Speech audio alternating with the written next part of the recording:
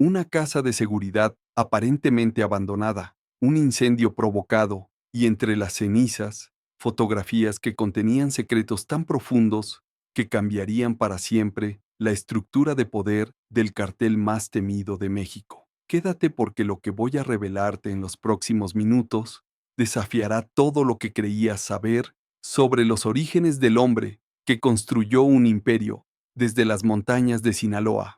Era febrero de 2024 en las afueras de Culiacán, Sinaloa, una zona donde las casas se mezclan entre campos de cultivo y caminos de terracería que parecen no llevar a ninguna parte. El tipo de lugar donde hacer preguntas es mala idea y donde la discreción no es una virtud, sino una necesidad de supervivencia. Una célula del cartel de Sinaloa, compuesta por 8 hombres experimentados, había recibido órdenes claras desde la cúpula: eliminar cualquier rastro de una casa de seguridad que supuestamente había sido utilizada por un grupo rival para almacenar mercancía. La información era precisa, la ubicación exacta, y la instrucción era sencilla: quemar todo hasta los cimientos y no dejar evidencia alguna. El líder de la célula, conocido en el bajo mundo como el Tigre, era un hombre de unos 40 años que había escalado posiciones dentro del cartel gracias a su lealtad inquebrantable y su capacidad para ejecutar órdenes sin hacer preguntas incómodas. Esa noche, mientras revisaba el perímetro de la propiedad junto a sus hombres, algo no cuadraba del todo. La casa era más antigua de lo esperado, con paredes de adobe desgastadas por el tiempo y un portón de madera que crujía con el viento del norte. No había señales recientes de actividad, ningún vehículo estacionado, ninguna luz encendida. Todo indicaba que el lugar llevaba años abandonado, pero las órdenes eran claras, y el Tigre no era de los que cuestionaban. Rociaron gasolina por toda la estructura, empapando cada rincón, cada habitación vacía, cada mueble carcomido por la humedad. Cuando la primera cerilla tocó el combustible, las llamas se alzaron con una voracidad impresionante, iluminando la noche con un resplandor naranja que podía verse a kilómetros de distancia. Los hombres se quedaron observando durante varios minutos, asegurándose de que el fuego consumiera todo. Fue entonces cuando uno de ellos, el más joven del grupo, notó algo extraño.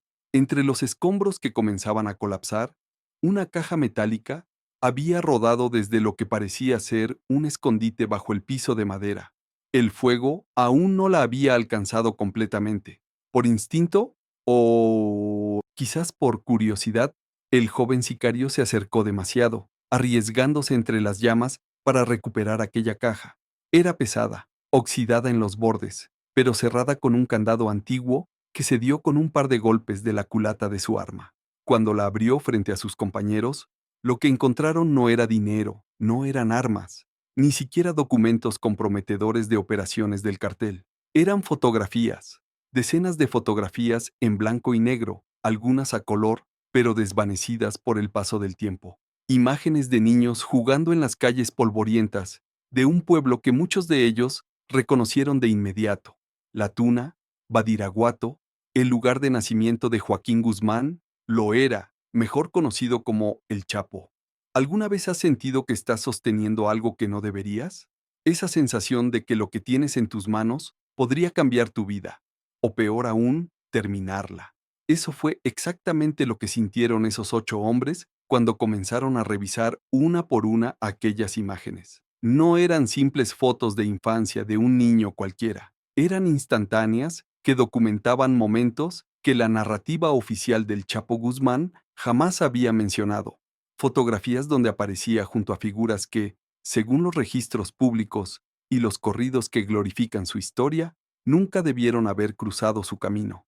En los próximos minutos, descubrirás por qué esas imágenes representaban una amenaza tan grande que incluso los hombres más curtidos del cartel sintieron un escalofrío recorrer su espalda. El Tigre tomó las fotografías con manos temblorosas. En una de ellas, un niño de no más de 8 años, con el rostro inconfundible que décadas después aparecería en todas las portadas del mundo, estaba parado junto a un hombre de traje elegante, demasiado elegante para ser un campesino de la sierra. El hombre sonreía con una mano sobre el hombro del pequeño Joaquín, y detrás de ellos se distinguía claramente un edificio gubernamental con la bandera mexicana ondeando. Otra fotografía mostraba al mismo niño sentado en una mesa larga, rodeado de varios adultos que vestían uniformes militares. No eran simples soldados, los rangos en sus hombros indicaban que eran oficiales de alto nivel. La fecha estampada en el reverso de la imagen era de 1965, cuando el futuro capo apenas comenzaba a dar sus primeros pasos en un mundo que eventualmente dominaría. Pero había algo más perturbador. Una tercera fotografía capturaba un momento que desafiaba toda lógica. El joven Chapo, quizás de unos 12 años, estaba de pie junto a un sacerdote en lo que parecía ser la entrada de una iglesia colonial. Nada extraño hasta ahí, excepto que detrás de ellos, claramente visible en el fondo desenfocado, había 3 hombres con ametralladoras custodiando la entrada. No era una simple visita religiosa, era una reunión, un encuentro que alguien consideró lo suficientemente importante como para documentar, pero lo suficientemente peligroso como para esconder durante décadas. Los hombres guardaron silencio. El crepitar del fuego era el único sonido que llenaba la noche.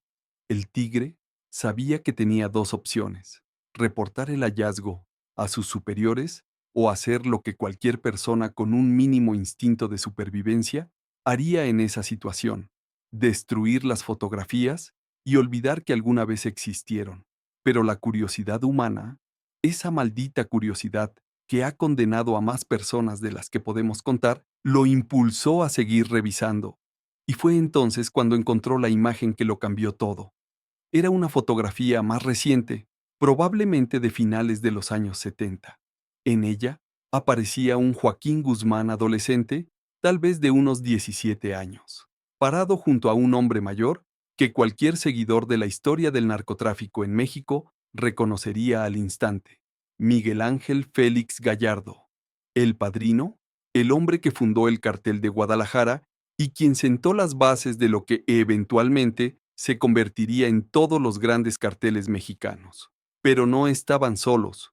Junto a ellos, con una claridad que no dejaba espacio para dudas, aparecían 2 figuras más: un conocido empresario de la región, que públicamente siempre había negado cualquier vínculo con el crimen organizado, y un político que años después ocuparía uno de los cargos más importantes en el gobierno federal de México. Pronto vas a entender por qué esto no era simplemente un álbum familiar olvidado. Estas fotografías eran la prueba tangible de que la construcción del imperio del Chapo Guzmán no había sido el producto de un campesino astuto que escaló posiciones por mérito propio. Eran la evidencia de que desde niño, desde sus primeros años de vida, alguien lo había estado preparando, moldeando, conectando con las personas correctas, en los momentos correctos. Y lo más aterrador de todo, esas conexiones seguían vivas, seguían operando en las sombras del poder mexicano.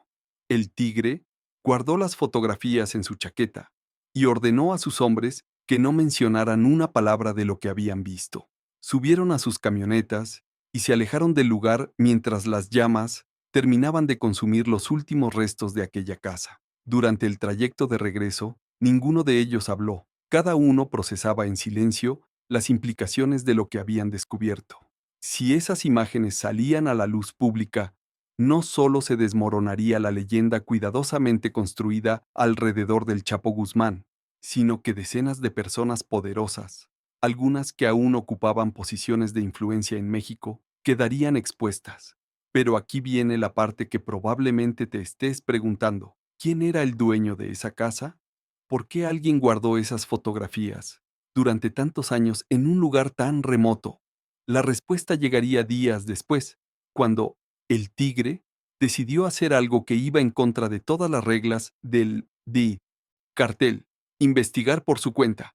A través de contactos que había cultivado durante años en el bajo mundo, descubrió que la propiedad había pertenecido a un hombre conocido en los círculos más cerrados del narcotráfico como el Archivo, un tipo misterioso que durante décadas había trabajado como una especie de historiador no oficial del crimen organizado en Sinaloa. El Archivo no era un sicario, no era un operador, ni siquiera un traficante. Era algo mucho más valioso y mucho más peligroso. Era el guardián de los secretos. Durante años había recopilado fotografías, documentos, grabaciones y testimonios de las figuras más importantes del narcotráfico mexicano. Su trabajo no era chantajear ni extorsionar, simplemente documentaba. Algunos decían que lo hacía por una obsesión histórica. Otros aseguraban que era un seguro de vida, una garantía de que si algo le pasaba, toda esa información saldría a la luz. Había muerto 3 años atrás en circunstancias que oficialmente se reportaron como un infarto, pero que muchos en el ambiente sospechaban que había sido algo más definitivo. La casa que acababan de quemar era su último refugio, el lugar donde había guardado su colección más peligrosa. Y las fotografías del Chapo eran apenas una fracción de lo que probablemente contenía aquel escondite. El tigre se dio cuenta de algo aterrador. Alguien en la cúpula del cartel sabía exactamente qué había en esa casa. Las órdenes de quemarla no habían sido por un conflicto territorial, ni por eliminar evidencia de operaciones recientes. Habían sido para destruir historia, para borrar el pasado, para asegurarse de que ciertas verdades permanecieran enterradas para siempre. ¿Te ha pasado que descubres algo que te hace cuestionar todo lo que creías saber? Esa sensación de que la realidad que te han vendido es solo una versión editada, una narrativa construida para el consumo de las masas. Eso es exactamente lo que estas fotografías representaban. Durante años, los medios de comunicación, los corridos, las series de televisión y hasta las declaraciones oficiales del gobierno habían pintado al Chapo Guzmán como el ejemplo clásico del criminal que nació en la pobreza extrema y que a través de astucia, violencia y oportunismo logró construir un imperio. Pero estas imágenes contaban una historia diferente. Mostraban a un niño que desde temprana edad había sido integrado en círculos de poder que ningún campesino ordinario podría haber alcanzado. Durante los siguientes días, el tigre se obsesionó con las fotografías. Las estudiaba cada noche en la privacidad de su habitación, memorizando cada rostro, cada detalle de fondo, cada elemento que pudiera darle más pistas sobre lo que realmente significaban. Identificó al menos a 7 figuras públicas que en diferentes épocas habían ocupado cargos de gobernadores, senadores e incluso un secretario de Estado. Todos ellos aparecían en diferentes momentos de la vida del Chapo, no como enemigos, no como perseguidores, sino como aliados, protectores, arquitectos de su ascenso. La pregunta que atormentaba a El Tigre era simple pero demoledora. Si estas personas habían estado conectadas con el Chapo desde el principio, ¿cuántas de las supuestas operaciones para capturarlo durante décadas habían sido genuinas y cuántas habían sido simples teatro para mantener las apariencias? ¿Cuántas veces el gobierno mexicano había fingido perseguir a un hombre que en realidad formaba parte de una estructura mucho más grande, mucho más antigua y mucho más profunda de lo que nadie había imaginado? 2 semanas después del incendio, el Tigre fue convocado a una reunión con uno de los líderes regionales del cartel, un hombre conocido como el Ingeniero, quien manejaba las operaciones en toda la zona centro de Sinaloa. La reunión se llevó a cabo en un rancho alejado, el tipo de lugar donde las conversaciones importantes suceden lejos de oídos indiscretos. El Tigre llegó esperando recibir instrucciones para una nueva operación, pero en cambio se encontró con algo completamente diferente. El ingeniero lo recibió con una cordialidad inusual, le ofreció whisky importado y lo invitó a sentarse en la terraza con vista a las montañas. Hablaron de trivialidades durante varios minutos hasta que finalmente el líder fue directo al punto. Me han dicho que encontraste algo en aquella casa que quemaron, dijo sin apartar la mirada del horizonte. El tigre sintió como su corazón se aceleraba. No había mencionado las fotografías a nadie, absolutamente a nadie, y sin embargo, de alguna manera, la información había llegado hasta arriba. Sí, patrón, respondió con cautela. Algunas fotografías viejas, nada importante. El ingeniero sonrió, pero no era una sonrisa amigable. Era el tipo de sonrisa que te dice que la persona frente a ti sabe exactamente que estás mintiendo y está decidiendo si vale la pena castigarte por ello. Esas fotografías son más importantes de lo que imaginas, continuó el líder. Representan acuerdos que se hicieron mucho antes de que tú o yo naciéramos. Acuerdos que permitieron que este negocio creciera de la forma en que lo hizo. Acuerdos que siguen vigentes hasta el día de hoy. Hizo una pausa, tomó un trago largo de su whisky y agregó: el problema con la historia, mi estimado tigre, es que cuando la gente la conoce completa, deja de creer en las leyendas. Y este negocio nuestro se sostiene sobre leyendas. El Chapo es una leyenda, y las leyendas no pueden tener orígenes complicados. Necesitan ser simples, inspiradoras, comprensibles para el pueblo. En ese momento, el tigre comprendió algo fundamental. No había quemado esa casa por orden de un líder rival, ni por eliminar evidencia de operaciones. Había quemado la casa porque alguien en la cúpula del cartel, probablemente varios alguien, necesitaban que ciertos secretos desaparecieran para siempre. Las fotografías que él había rescatado eran copias de seguridad de un archivo que nunca debió haber existido, y ahora él se había convertido en un problema. El ingeniero extendió su mano. Necesito que me entregues esas fotografías, dijo con una firmeza que no admitía negociación. El tigre no era tonto. Sabía que entregar las imágenes significaba perder la única protección que tenía. Si las entregaba, nada le garantizaba que no terminaría en una fosa clandestina junto a los miles de desaparecidos que poblaban los cementerios secretos de Sinaloa, pero tampoco podía negarse abiertamente frente a un superior. Entonces, hizo algo arriesgado, algo que en el mundo del narcotráfico podía interpretarse como jugada maestra o sentencia de muerte. Patrón, con todo respeto, comenzó el tigre, eligiendo cuidadosamente sus palabras. Esas fotografías ya no están en mi poder. Las dejé en un lugar seguro con instrucciones muy claras. Si algo me llega a pasar, si desaparezco, si tengo un accidente, esas imágenes serán enviadas automáticamente a varios medios de comunicación nacionales e internacionales. No es una amenaza, patrón, es simplemente un seguro de vida. El silencio que siguió fue ensordecedor. El ingeniero lo observó durante lo que parecieron horas, estudiando cada gesto, cada movimiento, evaluando si estaba mintiendo o diciendo la verdad. Finalmente, el líder soltó una carcajada seca. Eres más inteligente de lo que pensaba, dijo. Está bien, puedes quedarte con tu seguro de vida, pero escúchame muy bien. Esas fotografías nunca, jamás, deben salir de donde las tengas guardadas. El día que decidas usarlas, el día que creas que puedes negociar con ellas, ese día no solo tú morirás, tu familia, tus amigos, hasta el perro de tu casa desaparecerá de la faz de la tierra. ¿Me explico con claridad? El tigre asintió en silencio. Había ganado una batalla, pero sabía que acababa de entrar en una guerra que duraría el resto de su vida. Los meses siguientes fueron extrañamente tranquilos.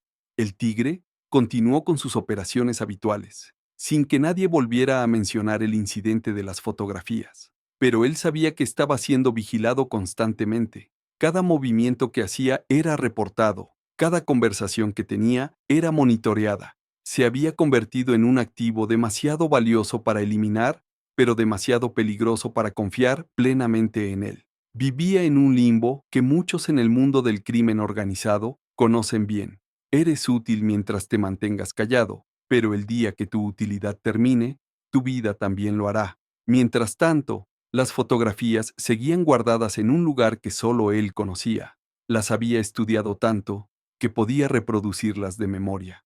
Cada rostro, cada fecha, cada ubicación estaban grabados en su mente, y con el tiempo comenzó a comprender el alcance real de lo que había descubierto. No se trataba solo de que el Chapo Guzmán hubiera tenido conexiones políticas desde joven. Se trataba de que todo el sistema del narcotráfico en México había sido diseñado, permitido y hasta fomentado por sectores del poder que se beneficiaban enormemente de su existencia.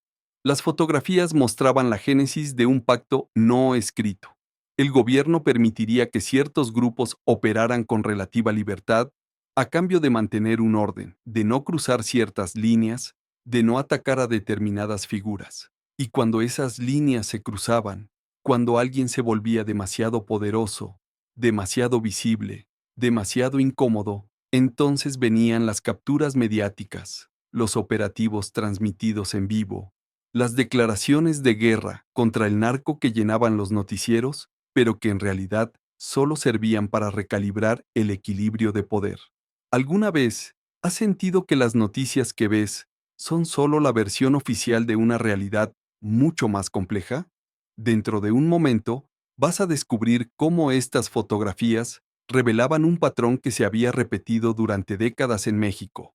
Cada vez que un capo se volvía demasiado famoso, cada vez que su nombre aparecía en demasiadas portadas internacionales, misteriosamente las fuerzas de seguridad lograban localizarlo, no porque repentinamente hubieran mejorado sus capacidades de inteligencia, sino porque alguien desde adentro había decidido que era momento de hacer un cambio, de sacrificar una pieza para mantener el juego funcionando.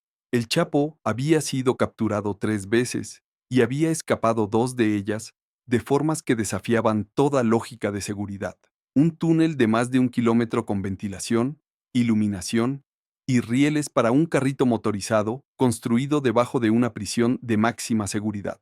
¿Realmente alguien creía que eso se había logrado sin complicidad de múltiples niveles del sistema carcelario y gubernamental? Las fotografías que el Tigre había encontrado no probaban directamente esos eventos específicos, pero establecían un precedente claro. El hombre, que supuestamente había desafiado al Estado mexicano durante décadas, en realidad había sido parte de una estructura que incluía al mismo Estado. Pasó un año completo desde el incendio de la casa.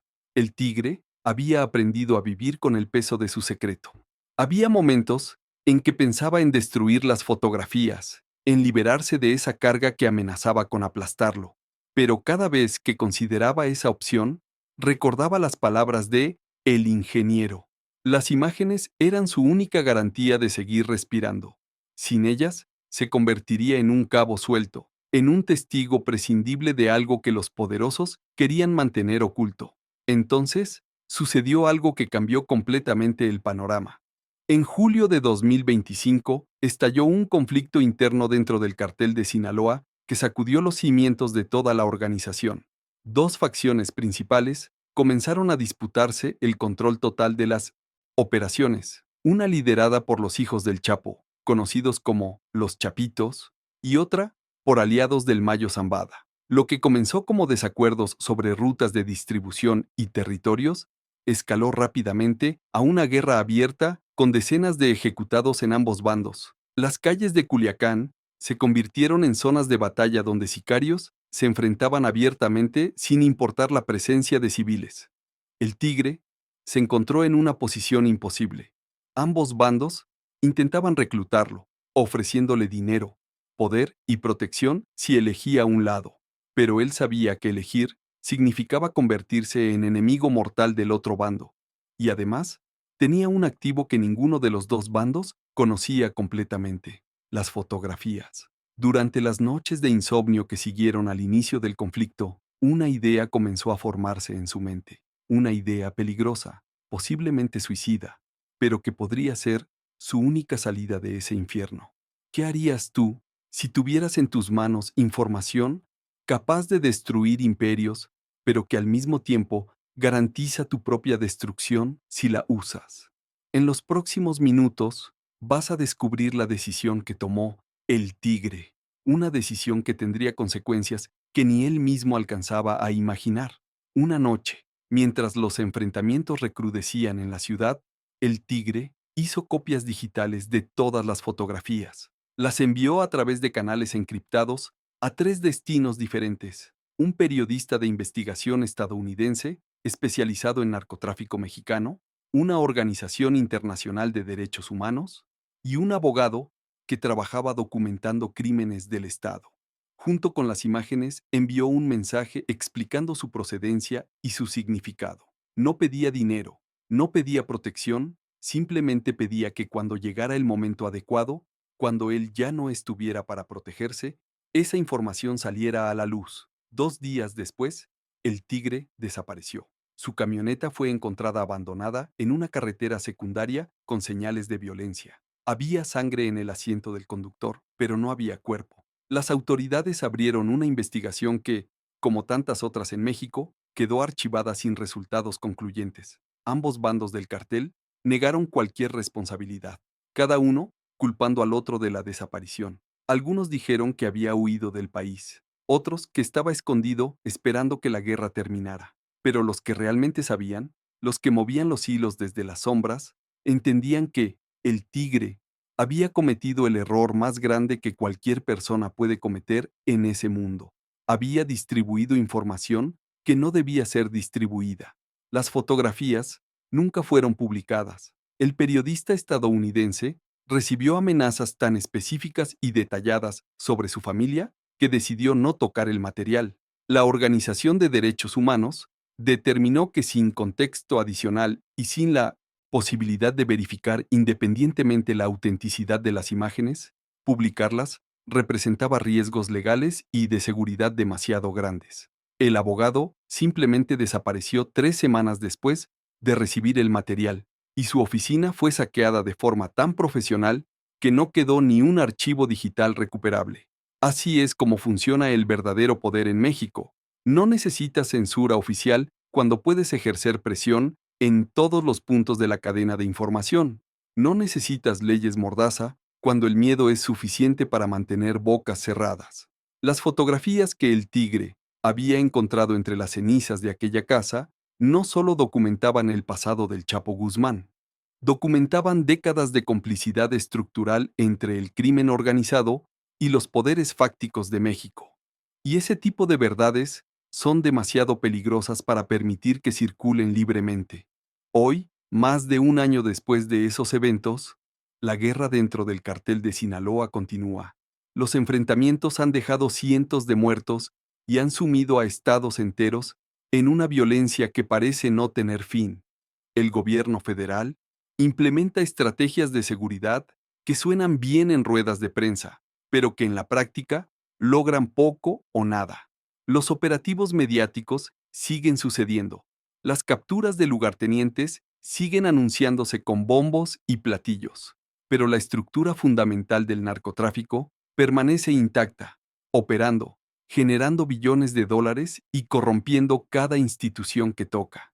Y las fotografías, esas malditas fotografías que documentaban verdades incómodas, probablemente permanezcan ocultas para siempre, tal vez en algún servidor olvidado en la nube, tal vez en una caja fuerte de algún abogado muerto, tal vez destruidas completamente. Pero el conocimiento de su existencia, la conciencia de que en algún momento alguien documentó las conexiones reales entre poder político y poder criminal, eso sigue vivo en la memoria de quienes formaron parte de esta historia. Porque al final, ¿qué es más aterrador? Que un campesino de la sierra haya construido un imperio criminal a través de violencia y astucia, o que ese imperio haya sido posible porque desde el principio, desde la infancia de ese campesino, alguien con mucho más poder decidió que convenía tener un sistema así, perfectamente diseñado para generar enemigos visibles contra quienes luchar públicamente mientras los verdaderos beneficiarios permanecían en las sombras?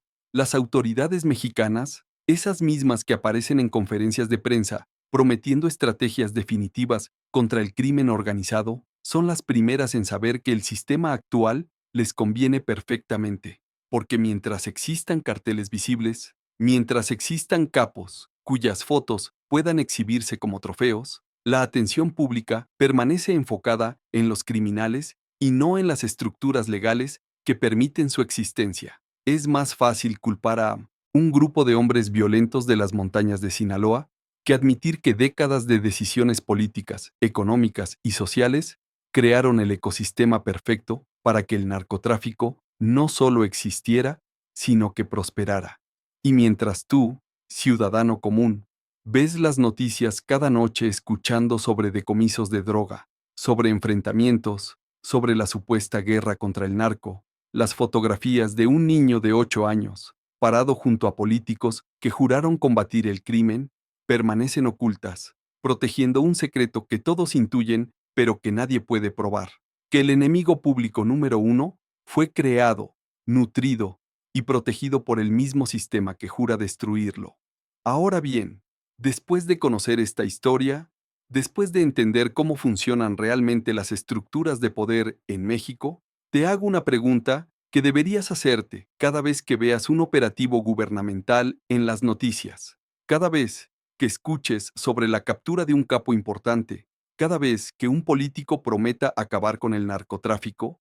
¿Realmente crees que quieren terminar con un negocio que genera tanto dinero, que justifica tantos presupuestos de seguridad, que mantiene a tantas personas empleadas en combatirlo? ¿O será que el sistema actual, con toda su violencia y corrupción, en realidad le conviene perfectamente a quienes detentan el verdadero poder? Las fotografías que el tigre encontró entre las cenizas no eran solo imágenes del pasado, eran un mapa del presente, una explicación visual de por qué las cosas son como son, de por qué, a pesar de décadas de supuesta lucha contra el narcotráfico, los carteles son más poderosos que nunca, de por qué cada capo capturado es rápidamente reemplazado por otro igual de violento, igual de conectado, igual de protegido por esa red invisible de complicidades que atraviesa todos los niveles del poder mexicano. Y quizás, lo más triste de todo, es que historias como esta, verdades como estas, llegan a tus oídos y en unos días las olvidarás. Volverás a tu rutina, volverás a creer en las narrativas oficiales, volverás a pensar que los buenos están de un lado y los malos del otro, porque aceptar la verdad completa, aceptar que el sistema está diseñado precisamente para funcionar como funciona, es demasiado incómodo, demasiado desmoralizante, demasiado aterrador. Reflexiona sobre esto. Vivimos en un país donde un niño de 8 años puede ser fotografiado con las personas que décadas después pretenderán perseguirlo, donde esas fotografías pueden existir durante 50 años sin que nadie se atreva a publicarlas, y donde quien intenta revelar esas verdades simplemente desaparece. ¿Qué tipo de sociedad hemos construido? ¿Qué tipo de pactos silenciosos hemos aceptado a cambio de mantener una ilusión de normalidad? ¿Cuántas fotografías más existen en cajas olvidadas, en casas de seguridad abandonadas, en archivos secretos, documentando verdades que nunca verán la luz, porque son demasiado peligrosas para quienes realmente controlan este país? La próxima vez que escuches sobre el cartel de Sinaloa, la próxima vez que veas documentales sobre el Chapo Guzmán, la próxima vez que alguien te cuente la leyenda del campesino, que se convirtió en el criminal más buscado del mundo, recuerda que probablemente estás escuchando solo una versión, la versión que a alguien le conviene que creas. La versión real, esa que incluye políticos, empresarios, militares y estructuras de poder que van mucho más allá de cualquier cartel, esa versión permanece guardada en fotografías que nadie puede ver, protegida por un sistema que necesita sus leyendas intactas para seguir funcionando.